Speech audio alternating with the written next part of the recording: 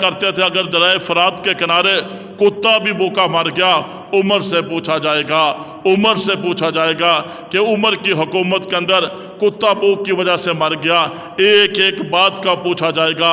آج عہدوں کے پیچھے، کرسی کے پیچھے، وزارتوں اور بادشاہت کے پیچھے ہمارے حکمرانوں کے سروں پر جو تک نہیں رینگتی اور سوچتے نہیں ہیں جتنا بڑا عہدہ ہے، جتنی بڑی ذمہ داری ہے، کل قیامت والے دن اتنی بڑی پوچھ ہوگی۔ میرے نبی نے اپنی آخری وصیت میں فرمایا، اے میری امت کے لوگوں، الصلاۃ، نماز نہ چھوڑنا، او ما ملکت ایمانکم، اپنے متحدوں کے ساتھ اچھا سلوک کرنا۔ متحد کون ہے؟ یہ نوکر ملازم بھی متحد ہے، یہ بیوی بچے بھی متحد ہیں، جو حکمران ہوتا ہے ان کی رعایا جو ہوتی ہے یہ بھی متحد ہوتی ہے۔ کل قیامت والے دن جس مظلوم پر ظلم ہوا اور ظالم نے ظلم کی انتہا کر دی اور ہماری عدالتوں نے ان کو انصاف نہ دلوایا، کل قیامت والے دن مظلوم کا ہاتھ ہوگا، ظالم کا گریبان ہوگا، اللہ کی عدالت ہوگی، پائی پائی کا حساب ہوگا۔ اس وقت پتہ چلے گا، انسان کہے گا کہ ذمہ داری لینا یہ کوئی اچھی چیز نہیں ہے، اگر اللہ دے دے پھر ذمہ داری نبھانے کی کوشش کی جائے۔ اور سوچنا چاہیے فاروق اعظم رضی اللہ تعالیٰ عنہ 22 لاکھ مربع میل کے حکمران جن کو دنیا کے اندر ہی جنت کے سرٹیفکیٹ مل چکے ہیں، اللہ سے اتنا ڈرتے ہیں، فرمایا اگر درائے فرات کے کنارے کتا بھی بھوکا مر گیا عمر سے پوچھا جائے گا۔ رات کو گلیوں میں گشت کر رہے ہیں، ایک گلی میں جا رہے ہیں، گھر سے بچوں کے رونے کی آواز آ رہی ہے، پوچھا میری بہن بچے کیوں رو رہے ہیں؟ کہا کہ ان کا باپ دنیا سے جا چکا ہے، گھر کے اندر کھانے پینے کے لیے کچھ نہیں ہے، میں بیوہ عورت ہوں، یہ میرے یتیم بچے ہیں۔ پوچھا یہ جو چولہے کے اوپر برتن جو ہے اس کے اندر کیا ہے؟ کہا کہ یہ ویسے ہی رکھا ہے بچوں کو دلاسا دینے کے لیے کہ بیٹا سو جاؤ، جب کھانا تیار ہو جائے گا تمہیں اٹھا لیا جائے گا۔ جب بچوں کو بھوک لگی ہوتی ہے پھر بچے کو نیند کہاں سے آتی ہے؟ وہ روتے ہیں۔ فاروق اعظم رضی اللہ تعالیٰ عنہ وقت کے بادشاہ ہیں، امیر المومنین ہیں، 22 لاکھ مربع میل کے حکمران ہیں، تڑپ جاتے ہیں، بیت المال کی طرف جاتے ہیں، وہاں جا کر اپنے ہاتھوں سے ساز و سامان سے بوری بھرتے ہیں۔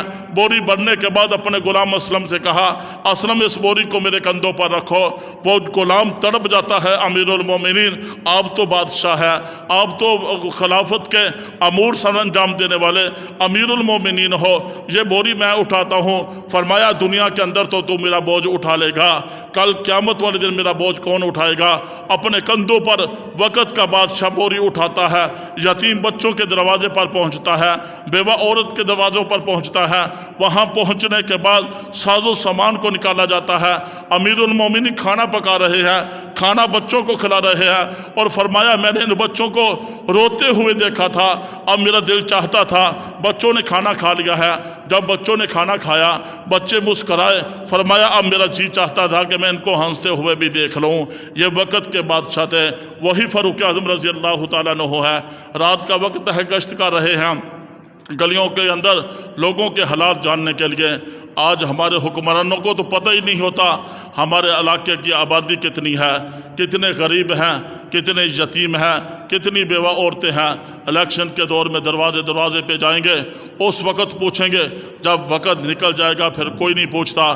فاروق اعظم رضی اللہ تعالیٰ عنہ یہ بھی حکمران ہے، اسلامی تاریخ کا جو سب سے بڑا حکمران ہے، جنہوں نے عدل و انصاف کو اتنا عام کیا کہ شیر اور بکری کو ایک ہی ریوڑ کے اندر چڑھنے پر مجبور کر دیا۔ فاروق اعظم رضی اللہ تعالیٰ عنہ گشت کر رہے ہیں، ماں بیٹی سے کہہ رہی ہے کہ بیٹی دودھ کے اندر پانی ملا دے۔ آگے سے بیٹی کہہ دیا کہ نہیں، امیر المومنین نے اعلان کیا ہے اور میرے نبی کا فرمان ہے، من غش فلیس منا، جس نے ملاوٹ کی وہ ہم میں سے نہیں ہے، لہٰذا امی جان دودھ کے اندر پانی نہیں ملاؤں گی۔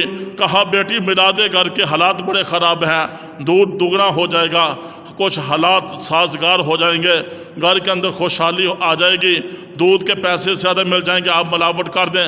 فرمایا کہ میرے نبی کا فرمان ہے میں یہ نہیں کر سکتی، اور امیر المومنین نے حکم دیا ہے کوئی ملاوٹ نہ کرے ملاوٹ نہ کرے لہذا میں یہ نہیں کر سکتی۔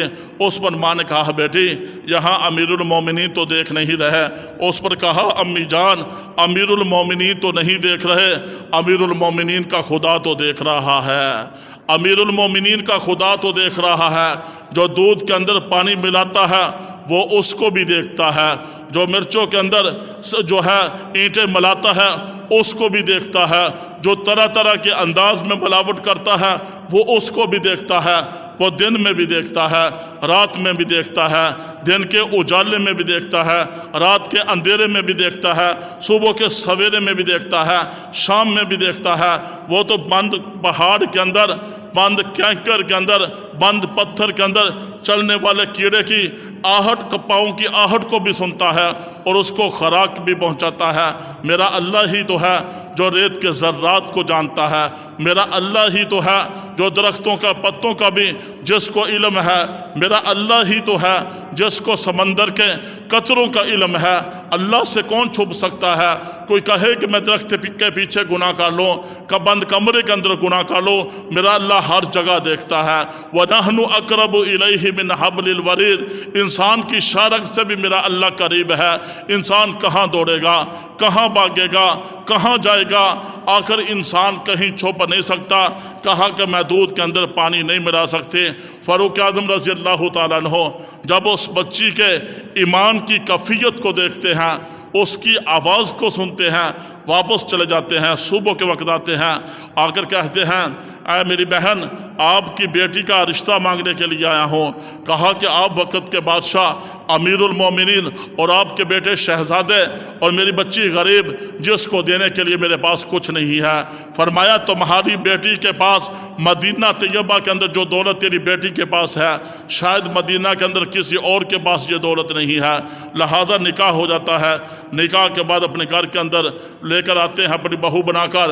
جب بھی صبح سویرے عمارت اسلامیہ کے کام کاج کے لیے امیر المومنین نکلا کرتے تھے تو اپنی بہو سے کہا کرتے تھے کہ بیٹی اس رات والا جملہ سناؤ، امیر المومنین تو نہیں دیکھ رہا، امیر المومنین کا خدا دیکھ رہا ہے۔ جب یہ جملہ میں سنتا ہوں میرا ایمان سارا دن تازہ رہتا ہے۔ انسان دن کے اندر سوچے میرا رب ہر وقت دیکھتا ہے۔